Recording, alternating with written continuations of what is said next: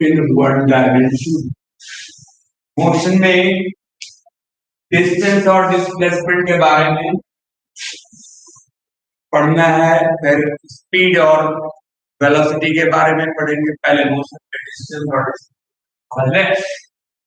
Distance किसको कहते हैं और डिस्प्लेसमेंट किसको कहते हैं।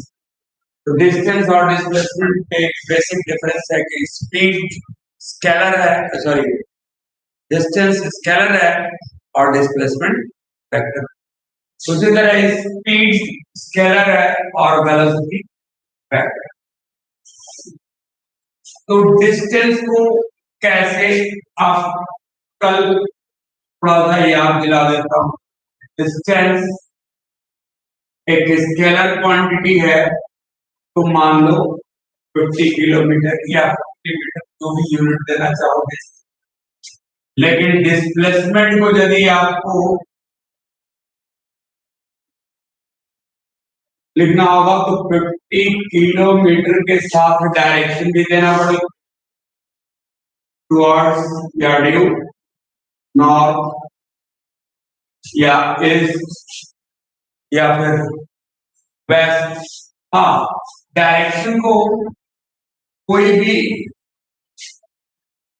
कार्टेशियन प्लेन लोगे तो याद होगा कि आपको एक्स डैश और ग्राफ में हम लोग देते या फिर मैप में इधर रखते हैं किसको, इस डायरेक्शन, ये एक्स डैश की तरफ, वेस्ट डायरेक्शन, ऊपर नॉर्थ और नीचे साउथ। अब ऐसा भी दे सकता है, ये ऑरिजिन ऐसा भी दे सकता है कि एक एंगल है ये जो कि 30 डिग्री, इसके साथ कितने डिग्री का एंगल बना रहा है, 30 डिग्री। इस डायरेक्शन को हम लोग लेंगे 30 degree north of east, 30 degree north of east. इससे कितना नॉर्थ डायरेक्शन की तरफ, तो 30 डिग्री। यदि इस डायरेक्शन में करते और ये एंगल 45 डिग्री होता, इस डायरेक्शन का रिप्रेजेंटेशन कैसे करते, 40 डिग्री साउथ ऑफ ईस्ट। या फिर इसको ऐसे भी कर सकते हो, यदि ये 30 डिग्री है और ये पूरा एंगल 90 का है, तो ये कितने डिग्री का होगा, 60 डिग्री। इस एंगल को हम लोग इस डायरेक्शन को 60 डिग्री ईस्ट ऑफ नॉर्थ भी कर सकते हैं। 60 डिग्री ईस्ट ऑफ नॉर्थ बोलो या 30 डिग्री नॉर्थ ऑफ ईस्ट बोलो। यदि इस डायरेक्शन में कोई एंगल आप लेते हो, कोई डायरेक्शन लेते हो, तो ये डायरेक्शन यदि वेस्ट के साथ 40 डिग्री का एंगल बना रहा है, इस डायरेक्शन को कैसे रिप्रेजेंट करेंगे, तो 40 degree west north of west बोलेंगे, या फिर इधर से कहें तो 50 डिग्री वेस्ट ऑफ नॉर्थ बोलेंगे। नहीं समझ में आई? यदि यहीं पे रहता ये एंगल आपको 20 डिग्री का, इस डायरेक्शन का आप नाम क्या है, इस डायरेक्शन, तो 20 डिग्री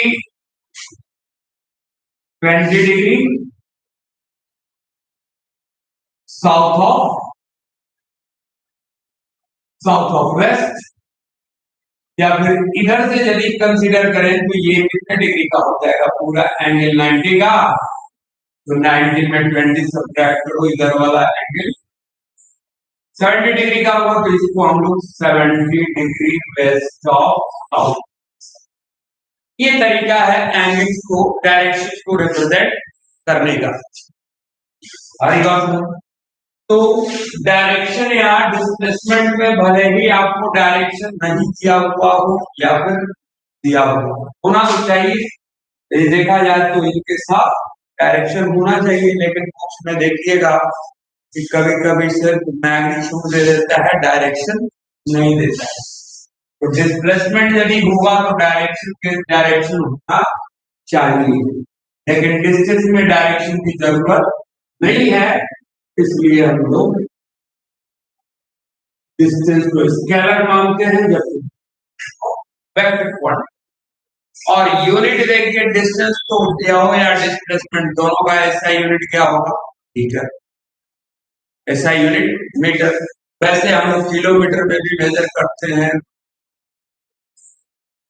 फीट में भी मेजर करते हैं, सेंटीमीटर में भी मेजर किया जा सकता है। वैसे यूनिट्स के बारे में मैं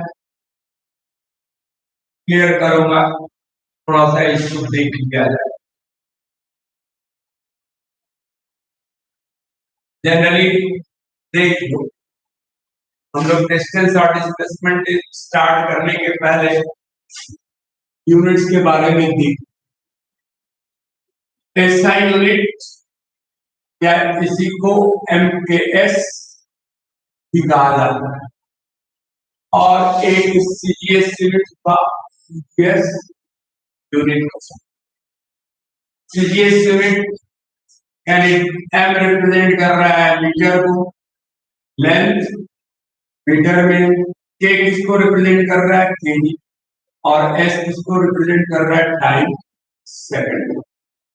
के एसआई यूनिट में ओ या एमकेएस सिस्टम कहा जाता है। एक सीजीएस सिस्टम होता है, सी स्टैंड फॉर सेंटीमीटर, जी मास ग्राम में, और ये सेकंड में। आ रही है समझ? सेकंड, यानी कि डिस्टेंस यदि हम लोग कहें तो डिस्टेंस का या डिस्प्लेसमेंट का, डिस्टेंस या डिस्प्लेसमेंट दोनों का एसआई यूनिट इसमें क्या होगा? मीटर होगा। हाँ, इसमें डिस्टेंस या डिस्प्लेसमेंट का एसआई यूनिट करें, इसमें क्या हो जाएगा? सेंटीमीटर। मास को किस में मेजर करेंगे? इसमें किलोग्राम में, और इसमें मास को किसको, इसमें तो ग्राम में। और टाइम का एसआई यूनिट होता है सेकंड, इसमें भी टाइम का एसआई यूनिट क्या बोलते हैं? सेकंड ही बोलते हैं। अरे बात, तो डिस्टेंस, मास और टाइम फंडामेंटल फिजिकल क्वांटिटी माने जाते हैं, फंडामेंटल यूनिट्स का एमएस का एसआई। ये अब यदि आपको कह दिया जाए कि देखो वेलोसिटी, वेलोसिटी का हम लोग क्या लिखते हैं? Distance by time. Distance by time हुआ तो इसका एसआई यूनिट क्या हो जाएगा? मीटर पर सेकंड। और इसमें वेलोसिटी का क्या हो जाएगा? वेलोसिटी या स्पीड क्या आएगा? मीटर, सॉरी, सेंटीमीटर पर सेकंड, सेंटीमीटर पर सेकंड। अब यदि मीटर पर सेकंड को सेंटीमीटर में चेंज करना हो या सेंटीमीटर पर सेकंड को मीटर पर सेकंड में चेंज करना हो, आप जानते हो मीटर, एक मीटर में कितना सेंटीमीटर? 100 सेंटीमीटर हो। आप आसानी से मीटर पर सेकंड को किसमें चेंज कर सकते? यदि आपको दे दिया गया कोई वेलोसिटी आपको 20 मीटर पर सेकंड, और आपको चेंज करना है इसको किसमें? सेंटीमीटर पर सेकंड, तो क्या करेंगे? 20 मीटर क्या लिखेंगे? 20 मीटर पर सेकंड का मतलब नीचे सेकंड हो गया। अब इसको चेंज करना है सेंटीमीटर में, तो 20 मीटर का मतलब 20 इंटू 100 सेंटीमीटर। अब बाई सेकंड, तो 1 सेकंड, सेकंड का मतलब 1 सेकंड किया था, सेकंड तो सेकंड ही में रहेगा, यहाँ सेकंड है। इसका मतलब हो गया कि ये 20 मीटर किसके बराबर हुआ? तो 2000 सेंटीमीटर पर सेकंड के बराबर। समझ आ रही बात? नहीं, यानी कि मीटर पर सेकंड को यदि आप चेंज कर रहे हो तो आप उसमें कितना से मल्टीप्लाई कर दोगे? यही 100 से मल्टीप्लाई कर देंगे, वो मीटर पर सेकंड से किसमें कन्वर्ट हो जाएगा, सेंटीमीटर पर सेकंड में हो जाएगा। यानी कि कहने का मतलब हुआ कि यदि वेलोसिटी मीटर पर सेकंड में है और उसको सेंटीमीटर पर सेकंड में चेंज करना है तो आप 100 सेंटीमीटर पर सेकंड लिख सकते हो, तो गलत है नहीं ना। तो ये यानी कि 100 का मतलब 10 टू द पावर 2 सेंटीमीटर पर सेकंड के मीटर पर सेकंड को सेंटीमीटर पर सेकंड में डायरेक्ट कन्वर्ट करने का तरीका हो है। अब आइए मान लेते हैं कि वेलोसिटी हम लोग लेते हैं, तो ये एक्सेलरेशन लेते हैं। एक्सेलरेशन हम लोग किस में मेजर करते हैं, एक मिनट। एक्सेलरेशन यदि सीरीज यूनिट में देखा जाए कि याद करने लायक चीज है, देखिए एक्सेलरेशन का एसआई यूनिट यानी एमकेएस सिस्टम में क्या होगा, एमकेएस सीजीएस।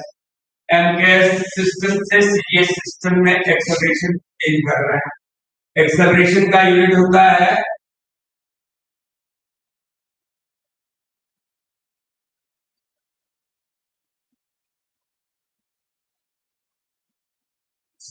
एसआई यूनिट में क्या होता है, मीटर पर सेकंड स्क्वायर।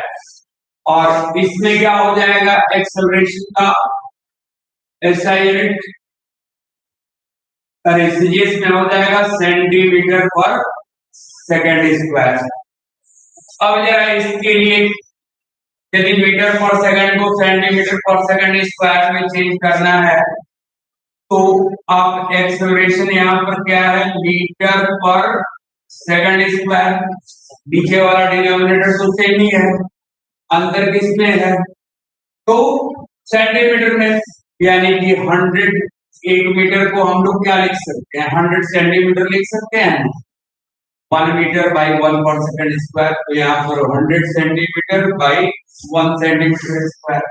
यानी कि इसका भी आएगा क्या, 1 मीटर पर second square is equal to, इसी में चेंज कर दो, यानी कि 10 टू द पावर 2 सेंटीमीटर। यानी कि 100 से मल्टीप्लाई करेंगे, ये मीटर पर सेकंड से किस पर सेकंड स्क्वायर से कन्वर्ट हो जाएगा किसमें, सेंटीमीटर पर सेकंड स्क्वायर। एक और लो, जैसे हम लोग फोर्स लेते हैं, फोर्स फोर्स का एसआई यूनिट आपको पता है क्या होता है, न्यूटन। न्यूटन निकालते कैसे हैं हम लोग, बराबर क्या होता है, मास इनटू एक्सेलरेशन। फोर्स बराबर क्या होता है, force is equal to mass into acceleration. Acceleration यानी कि मास का यूनिट हुआ केजी और एक्सेलरेशन का मीटर पर सेकंड स्क्वायर। इसी को तो न्यूटन बोलते हैं, क्या बोलते हैं, न्यूटन। अब ये केजी मीटर यानी कहने का मतलब 1 KG 1 metre by 1 second square देख सकते हैं, देखो 1 केजी तो 1 मीटर बाई 1 सेकंड स्क्वायर। और इसे हमें चेंज करना है इसी एक्सेलरेशन का एसआई यूनिट सीजीएस में क्या हो जाएगा, तो मास किसमें हो जाएगा, ग्राम में, और ये हो जाएगा सेंटीमीटर पर सेकंड स्क्वायर। इसको बोलते हैं क्या, सीजीएस में टाइम, एसआई यूनिट में यानी एमकेएस में न्यूटन, केजी मीटर पर सेकंड स्क्वायर को न्यूटन और इसको टाइम। तो यदि हम लोग चेंज करना है आप इसमें एसआई यूनिट यानी एमकेएस सिस्टम से सीजीएस में, इसको चेंज कर दो ना भाई। हमको पता है 1 केजी में कितना ग्राम होता है, 1 ग्राम होता है नहीं, खुला और 1 मीटर में कितना सेंटीमीटर, तो 100 सेंटीमीटर, और बाई सेकंड स्क्वायर है तो वो चेंज होगा नहीं, 1 सेकंड स्क्वायर यहाँ है स्क्वायर होगा। ये कितना हो गया? तो 1000 × 100, 10⁵, 1 2 3 4 5, यानी कि 10⁵ ग्राम सेंटीमीटर पर सेकंड स्क्वायर। यानी कि कहने का मतलब हुआ कि इसको यदि हम लोग कहें 1 न्यूटन, तो ये 10⁵ ये न्यूटन हुआ, और ये क्या हुआ? तो डाइन हुआ। आप लिख सकते हो कितना? डाइन। सीजीएस यूनिट में न्यूटन का होगा, कन्वर्ट करने का 10⁵, यानी कि 1 न्यूटन में 10⁵ से आप मल्टीप्लाई करो, न्यूटन से किस में कन्वर्ट हो गया? एसआई यूनिट से कन्वर्ट हो गया सीजीएस यूनिट। आएगा समझ? हाँ, तो इस तरह से हम लोग कन्वर्ट कर सकते हैं। जो बेसिक सबको पता है कि केजी को मीटर में कन्वर्ट करने के लिए कितना से मल्टीप्लाई करना पड़ता है। अब डाइन से यदि करना होगा न्यूटन में, तो ये 10⁵ को नीचे लगा देना, 10⁵ को नीचे लगा देना। तो मीटर से न्यूटन से डाइन में, डाइन से न्यूटन में कन्वर्ट किया जा सकता। एक और आप लोग एनर्जी का यदि लेते हैं, एनर्जी का हम लोग क्या देखते हैं? एनर्जी का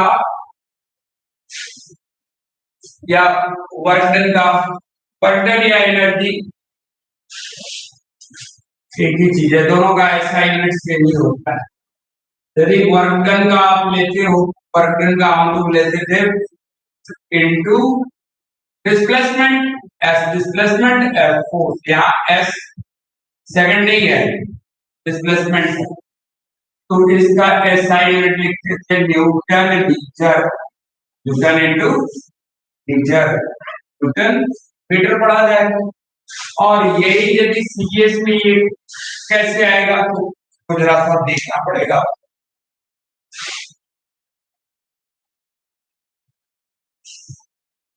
न्यूटन का मतलब हो गया, फोर्स का मतलब हो गया मास इनटू एक्सेलरेशन। इसको और ज्यादा थोड़े तो क्या लिख सकते हैं? मास इनटू एक्सेलरेशन और into displacement is equal to, हम लोग इसको न्यूटन मीटर कंबाइंडली बोलते हैं। खैर, तो मास किस में मेजर करेंगे? केजी में।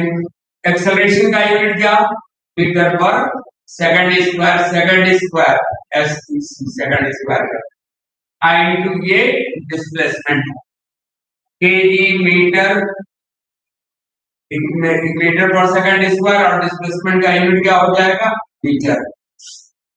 मास यानी केजी, एक्सेलरेशन यानी मीटर पर सेकंड स्क्वायर, ये डिस्प्लेसमेंट है तो मीटर। किसी को पूरे को तो बोलते हैं हम लोग न्यूटन मीटर, यानी इसको क्या बोलते हैं? न्यूटन मीटर कहा जाता है। तो लोग ये पूरी क्वांटिटी क्या हुई? जूल हुई। उसी तरह सीजीएस में यदि चला जाए तो वर्क डन का यूनिट लिखेंगे तो क्या लिखेंगे?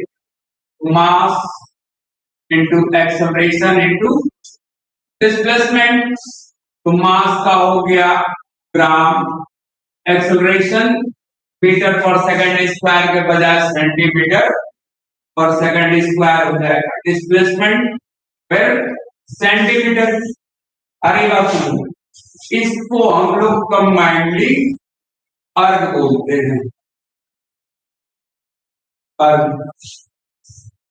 इसको वर्क डन का ऐसा यूनिट जूल, न्यूटन मीटर, या फिर इसको जूल बोलते हैं और इसको क्या बोलते हैं? अर्ग। तो अब यदि हमको केजी मीटर स्क्वायर पर सेकंड स्क्वायर को ग्राम यदि सीजीएस यूनिट में बदलना है, तो क्या इसका फैक्टर निकलेगा? तो केजी, यानी इसको लिख सकते हो मीटर इनटू मीटर क्या हो गया? Metre square. तो KG 1 KG into 1 metre square, अब by 1 second square. 1 metre square को आप लिख दो क्या? 1 metre into 1 metre 1 into 1 metre metre square ही ना होगा।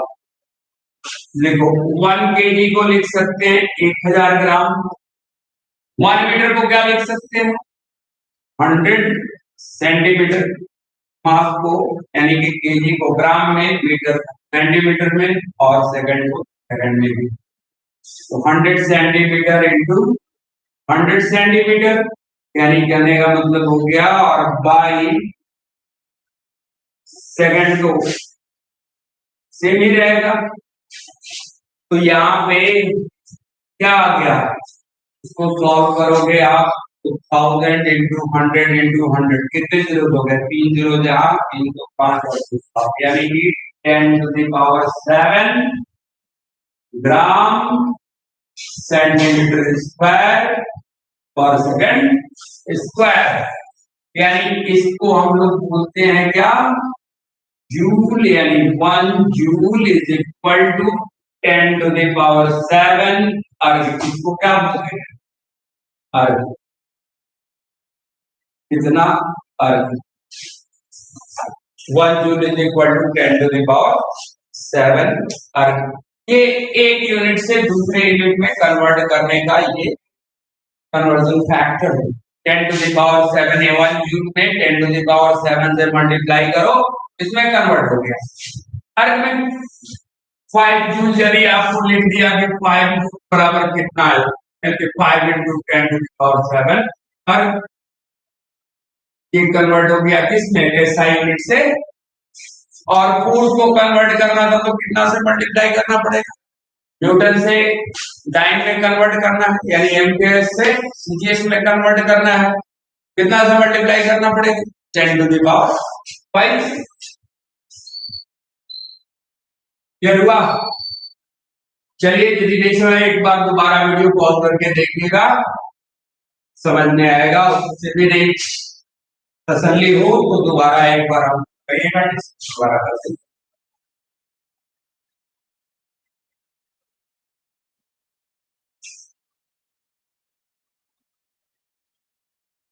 चलिए ये देखिए, आपको हम लोग कर रहे थे डिस्कस किसके बारे में, तो डिस्टेंस और डिस्प्लेसमेंट के बारे में। तो डिस्टेंस के बारे में लिखिए,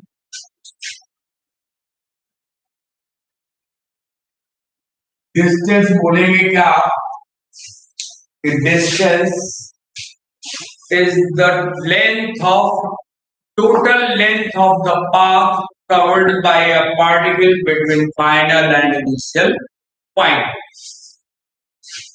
डिस्टेंस को हम लोग कहेंगे total length of the path covered by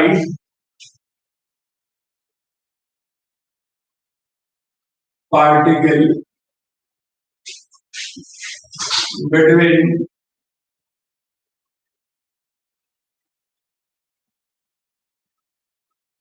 final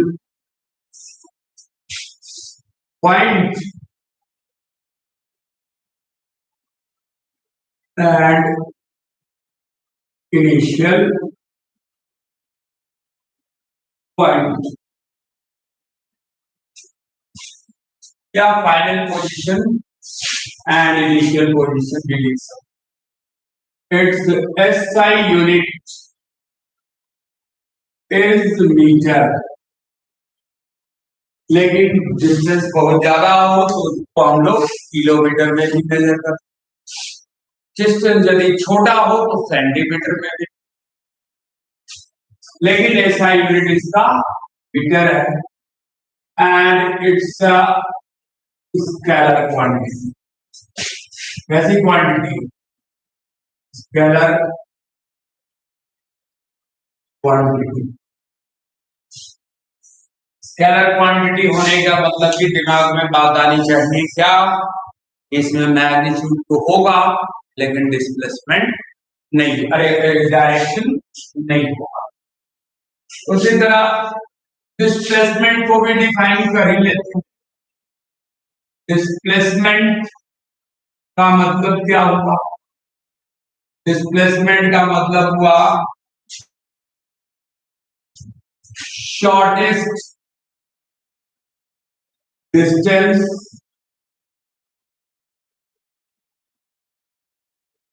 between final point and initial point. Initial point. Its SI unit is also meter, but it's a vector quantity.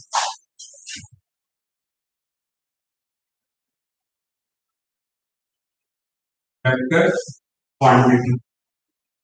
ये डिस्टेंस और डिस्प्लेसमेंट का सपोज कीजिए कि दो पॉइंट है ए और B, और एक आदमी को ए से बी पर जाना है, और इस तरह घूमता अंदर यहाँ पर ये उसका एक्चुअल लेंथ जो पाथ का होगा, ये डिस्टेंस का। सपोज कीजिए कि ए से बी तक गया घूमते हुए, तो कितना इसका लेंथ हुआ, इनिशियल, ये इनिशियल पॉइंट हो गया, और जहां पहुंचा वो फाइनल पॉइंट। ये इनिशियल पॉइंट हुआ and this is final point हुआ। अब ये जिस रास्ते से यहां गया, ये रास्ते का टोटल लेंथ सपोज कीजिए 10 किलोमीटर है, तो हम लोग बोलेंगे डिस्टेंस इसका कितना, तो 10 किलोमीटर। लेकिन डिस्प्लेसमेंट, ये शॉर्टेस्ट डिस्टेंस, एरियल डिस्टेंस जो हुआ ए और बी के बीच, ये जो हुआ इसका डिस्प्लेसमेंट हुआ, ये कहलाएगा क्या, डिस्प्लेसमेंट। अब ये डिस्प्लेसमेंट, ये एरियल डिस्टेंस ए और बी के बीच यदि 7 किलोमीटर है, तो हम लोग कहेंगे डिस्प्लेसमेंट कितना का हुआ, तो जस्ट 7 किलोमीटर का। हमारी बात समझ में, डिस्प्लेसमेंट कितने किलोमीटर का माना जाएगा, 7 किलोमीटर का माना जाएगा, जबकि डिस्टेंस जिस रास्ते से वो गया है, वो पूरा रास्ते का जो लेंथ हुआ वो आपको डिस्टेंस कहलाएगा। हाँ, अब इसमें डायरेक्शन देना जरूरी है, तो ये मान के चलिए कोई ना कोई डायरेक्शन होगा, यहाँ डायरेक्शन देना चाहिए था, लेकिन कन्वीनियंस के लिए हम लोग या बुक्स में नहीं दिखाता है। यदि यह दिखा रहा ये ए से यदि इस डायरेक्शन में है, तो यहाँ पर हम लिखना चाहिए ड्यू इस, यानी कि ए से फाइनल पॉइंट किस डायरेक्शन में है, ईस्टवर्ड, 7 किलोमीटर ड्यू इस। डिस्प्लेसमेंट हम लोग कहेंगे 7 किलोमीटर ड्यू ईस्ट। आगे हो सकता है कि डिस्प्लेसमेंट में मैग्नीट्यूड दे लेकिन डायरेक्शन नहीं दे, इसका मतलब ये नहीं समझना है कि डिस्प्लेसमेंट स्केलर हो। कन्वीनियंस के लिए लोग नहीं देते हैं, लेकिन है ये एक्चुअली क्या, वेक्टर क्वांटिटी, डायरेक्शन होना चाहिए। अब यदि मान लिया जाए कि एक आदमी ए से बी पे गया, ए से चला और इस तरह से घूमता हुआ मतलब ए पर ही आ गया, ए पर ही आ गया, ए से चला था, यानी कि इसका इनिशियल पॉइंट भी ए, इनिशियल पॉइंट भी आपको ए है और फाइनल पॉइंट भी ए ही है। अब ये जिस रास्ते से जैसे जैसे वो करके गया था और फाइनली कहां पहुंचा, ए पर ही पहुंचा। तो इस स्थिति में आप सपोज कीजिए कि इसका लेंथ, यदि हमारा पूरे पास का लेंथ 20 किलोमीटर है, तो हम लोग डिस्टेंस क्या लिखेंगे 20 किलोमीटर। लेकिन डिस्प्लेसमेंट के बारे में क्या क्या तो देखिए डिस्प्लेसमेंट फाइनल पॉइंट और इनिशियल पॉइंट सेम ए ही है, यानी कि फाइनल और इनिशियल पॉइंट कोइंसाइड कर रहा है, यानी कि डिस्प्लेसमेंट क्या हो जाएगा आ रही है बात समझ। डिस्प्लेसमेंट जीरो ए से चला था वापस घूम घाम करके पहुंच गया कहां पर ए पर, तो डिस्प्लेसमेंट कहा जाएगा। इसका समझ में आ रहा है डिस्टेंस डिस्प्लेसमेंट है। Very good. आइए इस पर कुछ क्वेश्चन हम लोग देखते हैं। जैसे मान लेते हैं एक रेक्टेंगुलर फील्ड है और उस रेक्टेंगुलर फील्ड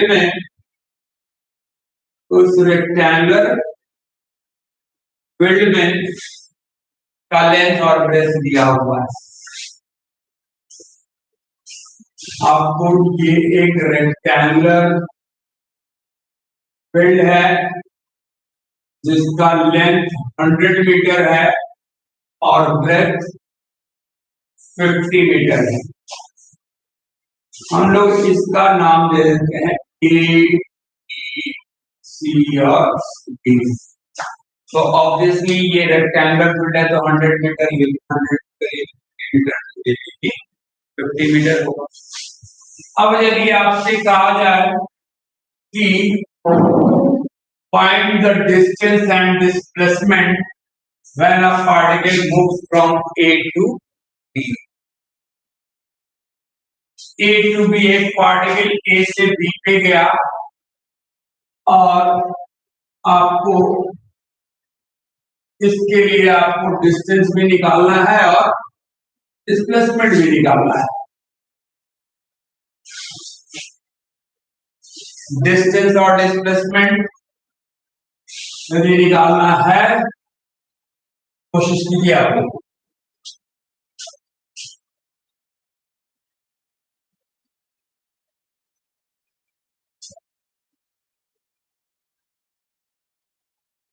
निकालना है हमें distance and displacement from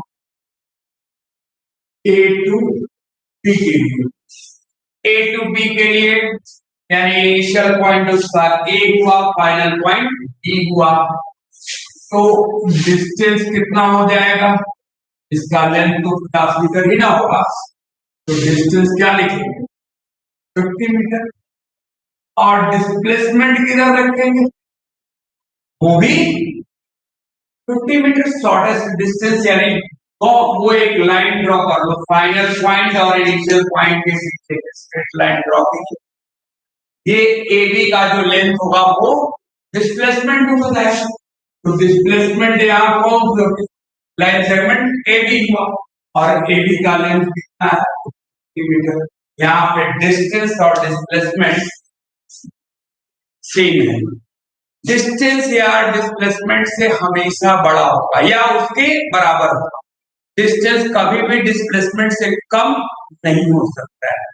distance से हमेशा डिस्प्लेसमेंट ज्यादा ही होगा। डिस्टेंस ज्यादा होगा और डिस्प्लेसमेंट कम होगा। बहुत होगा तो हो सकता है कि दोनों, यानी कि आप कह सकते हो डिस्टेंस इज ग्रेटर देन और equal to displacement. Distance displacement से बड़ा होगा या कम से कम होगा तो वो उसके बराबर ही होगा।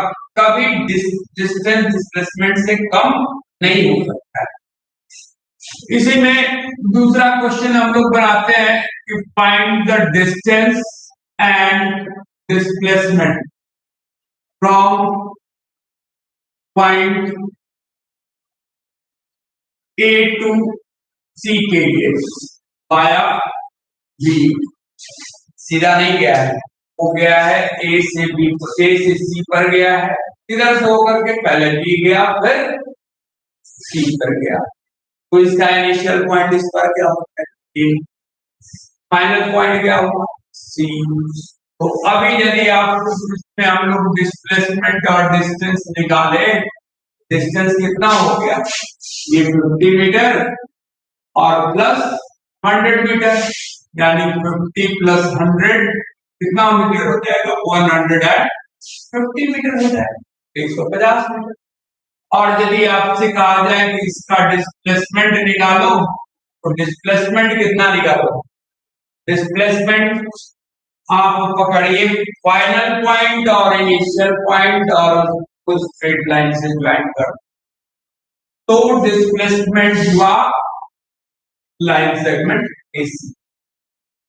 अब ये एसी यदि डिस्प्लेसमेंट है तो आप एक ऐसा जुगत बढ़ाइए कि एसी का लेंस निकल जाए। यदि एसी का लेंस निकल गया तो डिस्प्लेसमेंट हमारा निकल। अब एसी का लेंस कैसे निकालेंगे? दिया हुआ है कि ये एबीसीडी जो है वो एक रेक्टेंगुलर रेक्टेंगल, तो ये एबीसी के राइट एंगल ट्रायंगल बना। राइट एंगल ट्रायंगल का ये बेस और इसको परपेंडिकुलर मान ले तो इसका क्या हो जाएगा? हाइपोटेनस। या फिर diagonal of rectangle root under l square plus d square होता है। यानी कि एसी का लेंथ कैसे निकालते हैं? 100 स्क्वायर प्लस 50 स्क्वायर। अब 100 का स्क्वायर कितना होता है? तो एक पर 4 जीरो, और 50 का स्क्वायर का मतलब क्या हुआ? 25 पे 2 जीरो, इसको जोड़ लीजिए, कितना आएगा? 125 पे 2 जीरो, यानी कि इसका वैल्यू हो गया, इसको फैक्टराइज कर दे, क्या लिखेंगे? 5 इंटू 25 इंटू 100 लिख सकते हैं। ये 125 और ये 100। 125 को 5 इंटू 25 लिख, 25 का स्क्वायर रूट कितना होगा? 5। 100 का स्क्वायर कितना होगा? 10। 5 तो रूट के अंदर रह जाएगा, यानी डिस्प्लेसमेंट हो गया आपका कितना? 50 रूट 3 मीटर डिस्प्लेसमेंट हो गया आप 50 रूट 5 मीटर। हमारी बात डिस्टेंस 150 मीटर, लेकिन डिस्प्लेसमेंट 50 रूट 5 मीटर। रूट 5 का वैल्यू आप निकाल सकते हो। 8th क्लास में हम लोग स्क्वायर रूट निकालना पढ़े थे, ऑलमोस्ट 2.24 के आसपास जाए। क्लियर है? चलिए आगे आते हैं। फिर हम लोग मान लेते हैं पार्टिकल ए से चला, बी सी से होता हुआ कहां पहुंचा? पॉइंट बी पर। तो एक बार फिर एक क्वेश्चन हम लोग बनाते हैं कि find the distance and displacement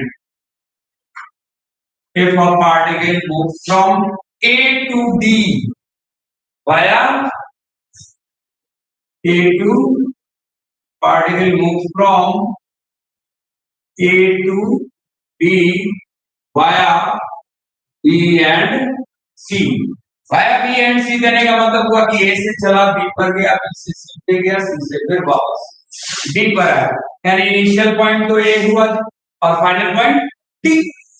तो यहाँ पे डिस्टेंस भी निकालेंगे और फिर डिस्प्लेसमेंट भी निकालेंगे। तो डिस्टेंस और डिस्प्लेसमेंट निकाल लिया जाए। डिस्टेंस कितना हुआ?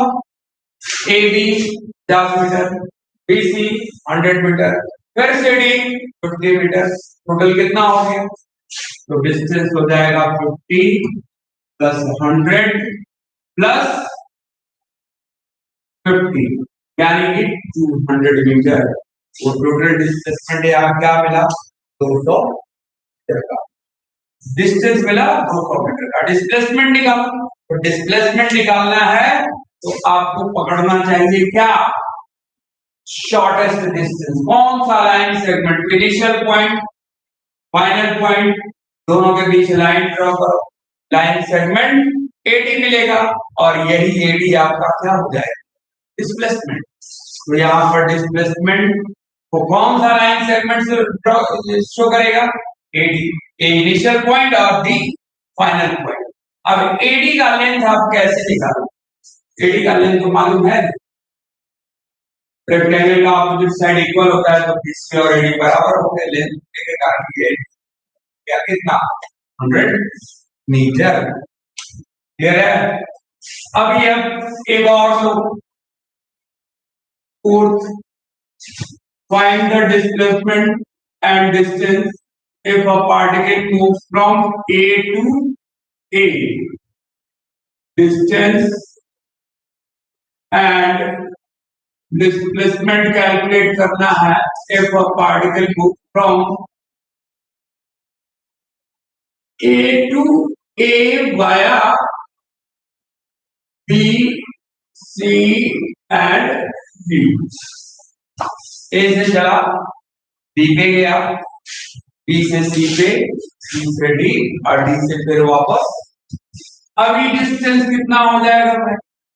तो डिस्टेंस हो जाएगा 50 प्लस 100 प्लस 50 प्लस 100 150 100 प्लस 100 कितना हो गया?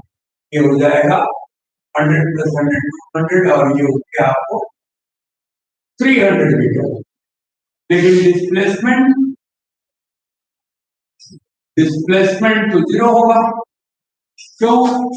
क्योंकि उसका इनिशियल पॉइंट भी ए है और फाइनल पॉइंट भी ए ही है। डिस्प्लेसमेंट कितना होगा? डिस्प्लेसमेंट करने आ रही बात। एक क्वेश्चन और देखो कि एक पार्टिकल सपोज कीजिए कि एक स्ट्रेट हाईवे है, वो कोई पार्टिकल ए से पॉइंट बी पे गया और बी से फिर वापस सी पे आया। ए से सी के बीच का डिस्टेंस है 10 किलोमीटर और ए से बी के बीच का डिस्टेंस है सपोज करो 30 किलोमीटर। स्टार्टिंग पॉइंट इसका इनिशियल पॉइंट हम लोग मान लेते हैं इनिशियल पॉइंट ए है। तो यदि इनिशियल पॉइंट ए टू यदि आपसे कहा जाए कि ए टू बी के लिए डिस्प्लेसमेंट निकालो, ए टू बी के लिए, तो ए टू बी के लिए डिस्टेंस और डिस्प्लेसमेंट तो सेम ही होगा। डिस्टेंस कितना होगा? 30 किलोमीटर और डिस्प्लेसमेंट कितना होगा? वो भी 30 किलोमीटर होगा कि नहीं? डिस्प्लेसमेंट यानी कि ए बी यानी कि 30 किलोमीटर। अभी यदि ये क्वेश्चन रहता है इसमें कि find the distance and displacement if a particle starts from point A and reaches at C via B, यानी कि वो A से तो चला लेकिन डायरेक्ट C पे नहीं गया, वो गया B पे, B से फिर आया किस पे? C पे। तो इस क्वेश्चन में आपको निकालना है distance and displacement from A to C via B। अभी आपको डिस्टेंस कितना लिखना पड़ता है? ए से गया कहां? बी पर, यानी 30 किलोमीटर गया, फिर वापस आया, फिर 30 किलोमीटर और इसके बाद फिर 10 किलोमीटर और सी पे पहुंचना है उसको, तो 10 किलोमीटर और डिस्टेंस कितना? 70 किलोमीटर हो जाए। लेकिन डिस्प्लेसमेंट यदि बोले तो डिस्प्लेसमेंट बोला जाए तो ए से वो सी से, यानी कि डिस्प्लेसमेंट को फाइनल पॉइंट सी और इनिशियल पॉइंट ए, डिस्प्लेसमेंट होगा ए सी यानी कि 10 किलोमीटर। अब यदि हम लोग यहाँ पर डायरेक्शन दे दें, ये ईस्ट है, ये नॉर्थ है, ये वेस्ट और साउथ है, तो डिस्टेंस में तो डायरेक्शन देने की जरूरत नहीं है, लेकिन इसमें डायरेक्शन आप दे सकते हैं। इधर 10 किलोमीटर ड्यू वेस्ट लिख सकते हैं कि समझ में आएगा। इस तरह से डिस्टेंस और डिस्प्लेसमेंट को हम लोग सॉल्व करते हैं। फिर हुआ डिस्टेंस और डिस्प्लेसमेंट पे कुछ क्वेश्चंस और किया जाए। आज हम लोग यहीं तक रखें। इतनी बात समझ में आई? गुड इवनिंग साक्षी, खुशी, कौशल, अनन्या, मिस्टी।